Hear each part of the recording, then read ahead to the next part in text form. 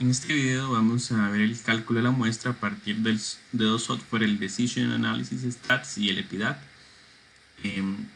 Pero antes de ello vamos a hacer unas definiciones mínimas necesarias que son importantes para poder entender el uso de estos dos software.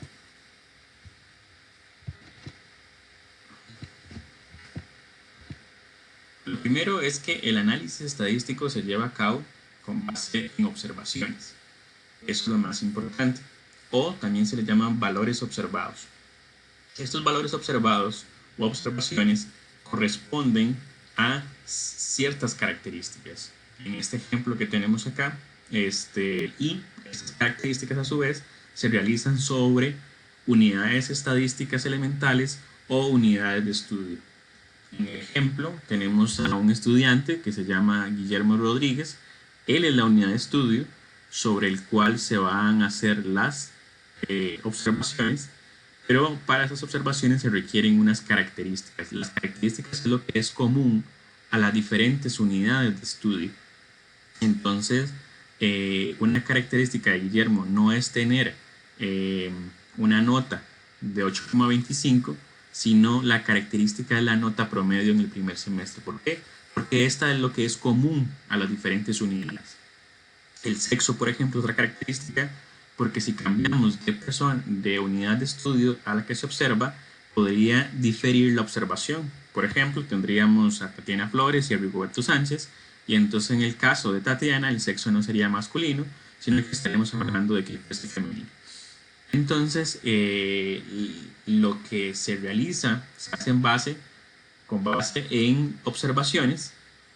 Estas observaciones son sobre características particulares de unidades de estudio llamadas unidades estadísticas. Lo otro importante es la definición de población, que se representa con una N mayúscula. Es el conjunto de todas las unidades estadísticas que cumplen ciertas características y entre los cuales se desea estudiar un determinado fenómeno. Como ustedes pueden ver en el ejemplo, lo que caracteriza a este conjunto es que tiene diferentes formas geométricas. Entonces la característica son las formas geométricas que se encuentran. Entonces esta es la idea o la representación gráfica de una posible población. Podríamos hablar no solamente, cuando hablamos de población, no solamente nos referimos a personas en concreto, nos estamos hablando de cantidad o unidades de estudio referidas a partes mecánicas de un automóvil, podría ser al mismo automóvil, podría ser a los procesos industriales que se llevan en una fábrica. En fin, no solo nos limitamos a las personas. También llamamos población estadística o universo, ese es el uso más común, universo, al conjunto de referencia sobre el cual van a recaer las observaciones. Entonces a este conjunto de referencia se le llama universo o población de estudio. Lo más importante de este conjunto es que las unidades estadísticas comparten características, y eso es lo más importante. Usualmente cuando se hace una investigación no se tiene la posibilidad de observar a todas las unidades de estudio, ¿verdad? Imaginémonos una población, en este caso es finita, sabemos cuántas son, cuántas forman esta unidad, pero imaginemos que hay poblaciones que son finitas y hay poblaciones que son infinitas. Por ejemplo, si preguntásemos cuántas personas para el año 2019 en Costa Rica fuman, no sabríamos o no tendríamos una respuesta para ello. Por lo tanto, se habla de una población infinita, porque esto puede implicar que el día de ayer dejaron de fumar o que el mismo día de ayer comenzaron a fumar una población, y por lo tanto el número final de unidades de estudio de este conjunto de referencia es infinito. En este caso de las formas o figuras geométricas, podríamos saber cuántas son, porque en este caso es un ejemplo particular.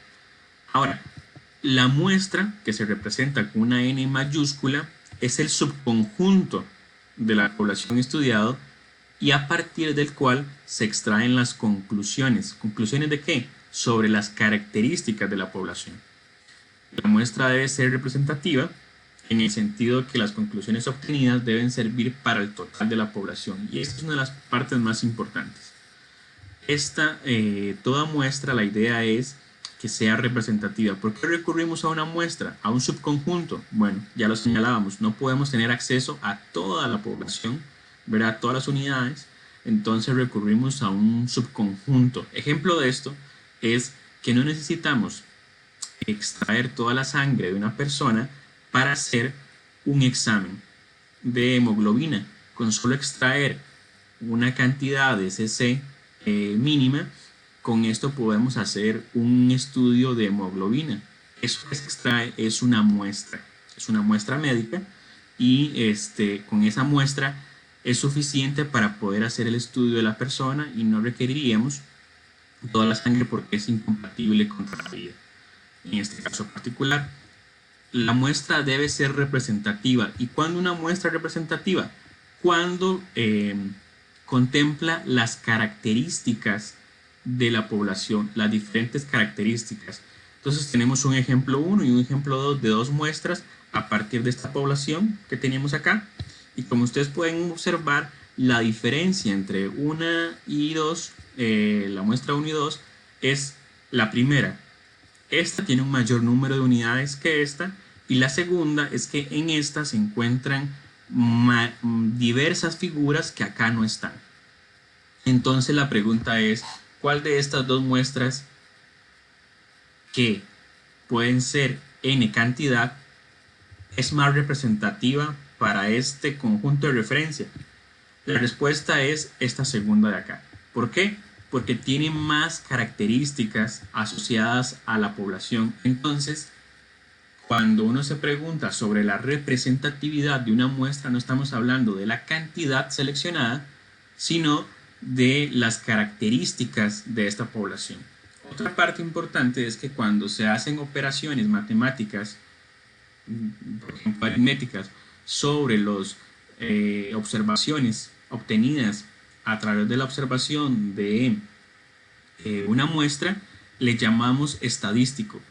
Si se hacen operaciones aritméticas sobre las observaciones de las unidades estadísticas de una población, le llamamos parámetro. Es decir, si tuviésemos la edad de toda la población estudiantil en una universidad particular y sacamos la media de esa edad y decimos que son 25 años, entonces eso es un parámetro. Pero si hacemos un estudio muestral y obtenemos que la media de ese subconjunto es 25 años, entonces lo que se obtuvo fue un estadístico. ¿Cuál es la idea de hacer un estudio muestral? Pasar de los estadísticos a los parámetros. Pasar de n minúscula a n mayúscula. Cuando uno va a hacer una muestra, hay dos preguntas fundamentales. ¿Cuántos deben ser seleccionados y cuáles deben ser seleccionados? Estas dos preguntas nos van a determinar tanto el tipo de muestra como la modalidad que asume la muestra. Hay dos tipos de muestra. Tenemos las muestras probabilísticas y las no probabilísticas. Solo dos tipos de muestra. Una muestra probabilística se elige mediante reglas matemáticas, por lo que la probabilidad de selección de cada unidad es conocida de antemano. La no probabilística no se rige por reglas matemáticas de la probabilidad, y esta es la diferencia. En el probabilístico, la probabilidad de selección es conocida y es diferente de cero. No quiere decir que la probabilidad sea igual para cada una de las unidades estadísticas. Ahora, las modalidades de la muestra en el tipo de muestra probabilístico, es decir, basado en un modelo matemático, tenemos estas tres, pueden ser más. La modalidad más elemental de la muestra probabilística es la muestra aleatoria simple, o lo que se le denomina comúnmente como azar. en la que todos los componentes o unidades de la población tienen la misma oportunidad de ser seleccionados. ¿Por qué decíamos que es una probabilidad conocida y distinta de cero y que no siempre es la misma? Bueno, porque si cambiamos de modalidad de muestra, la probabilidad de ser seleccionado cambia. Otro procedimiento similar de muestreo aleatorio es el llamado muestreo aleatorio sistemático, en el cual se escoge uno de cada X componentes del listado de la población a partir de una constante. Y el otro, siempre que se desea adecuar la representación de diferentes subconjuntos, hay que recurrir a una muestra estratificada. Es decir, tenemos una muestra que es un subconjunto de una población, pero esta población o el conjunto de referencia, el universo, tiene subconjuntos. Por ejemplo, imaginémonos una universidad en la cual hay estudiantes que poseen beca y que no tienen beca. Esto hablamos de dos subconjuntos particulares y queremos representar y que no haya una sobrerepresentación o una subrepresentación de estos dos grupos. Por lo tanto, se puede pensar en una muestra estratificada. Las modalidades de la muestra no probabilística son varias. Entre ellas tenemos la juicio de experto, cuotas, entre otras. Acá tenemos un ejemplo que es la cohorte de estudiantes del año 2007 de una universidad particular.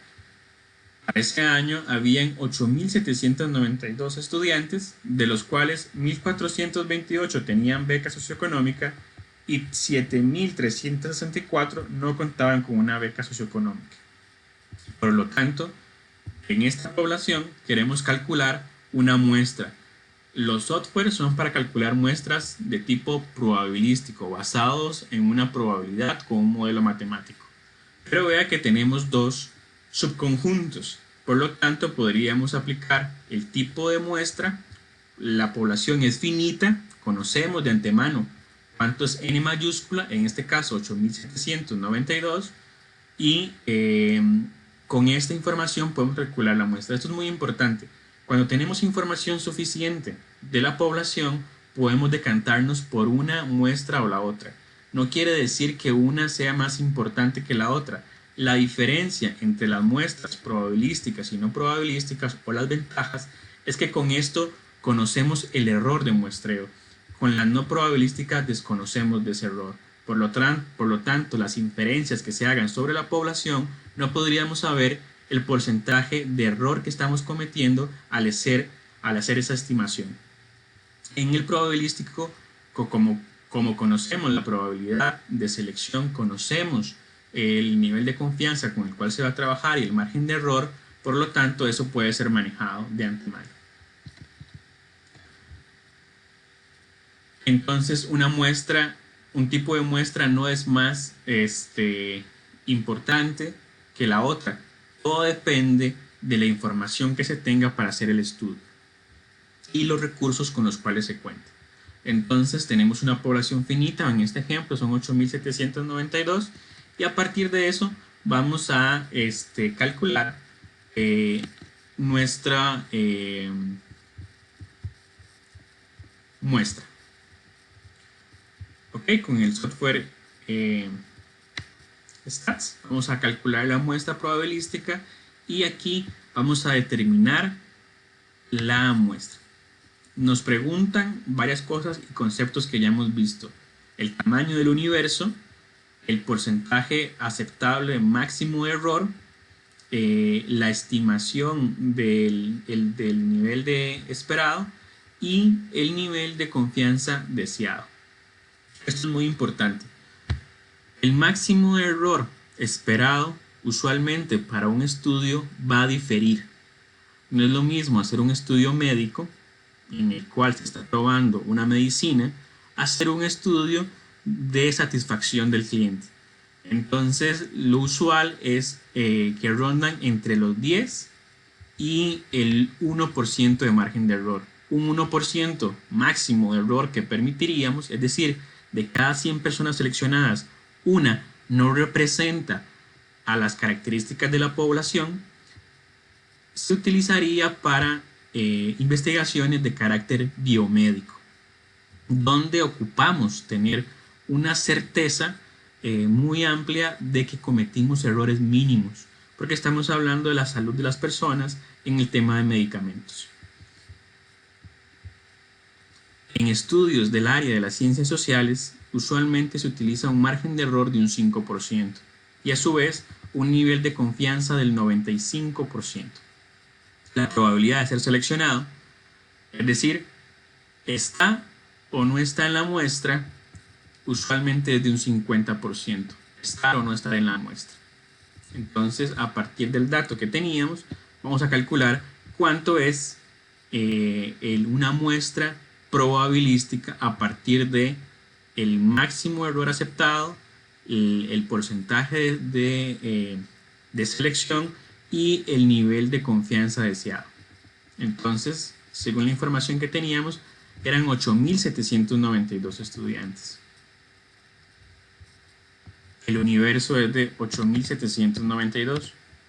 A partir de estos valores, podemos calcular y estimar que la población, la muestra, son 368. Esto responde a la primera pregunta.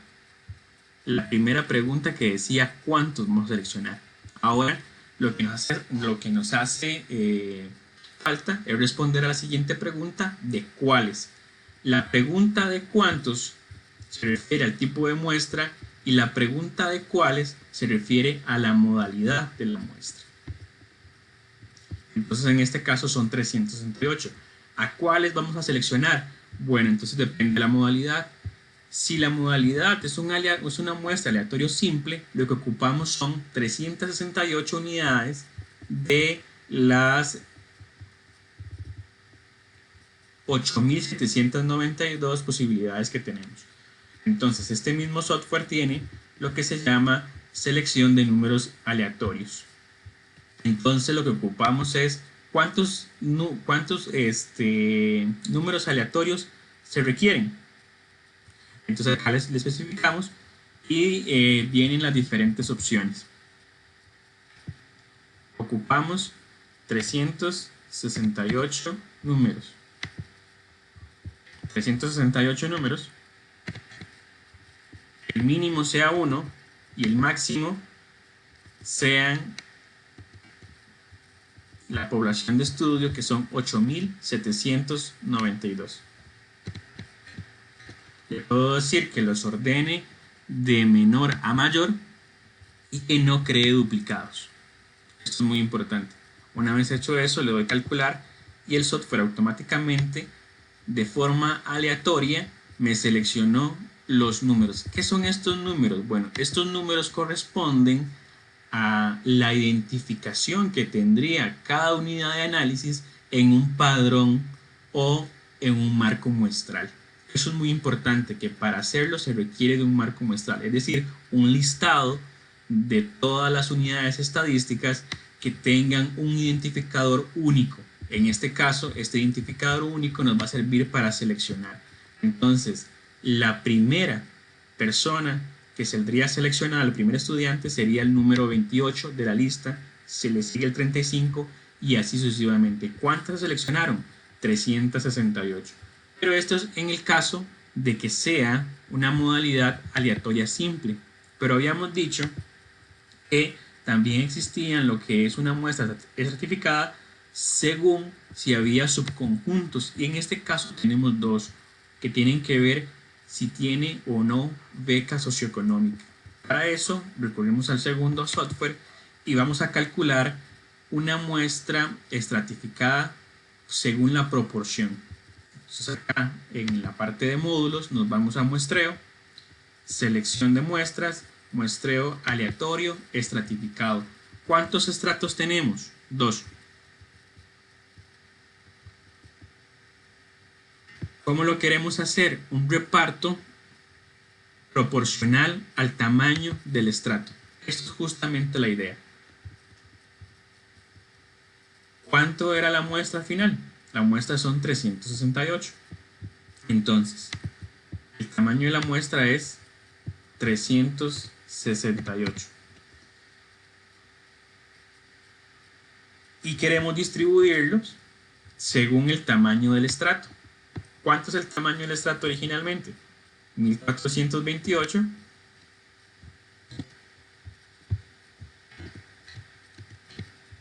Y el siguiente tamaño del estrato es 7364. Eso conforman toda nuestra población dividida en dos estratos. Ahora lo que ocupo es que se distribuya este tamaño de muestra 368 según estos estratos. Y como pueden ver, en el primer estrato habrían 60 personas que se deben seleccionar y 308 por seleccionar. La idea de esto es que no haya una sobrerepresentación o subrepresentación según el tamaño del estrato en sí mismo. Entonces los estudiantes que tienen beca deben ser seleccionados solo 60 y los que no cuentan con beca son 308. Ahora, el mismo software puede calcularlo y nos puede decir a su vez cuáles son estos 60 y estos 308.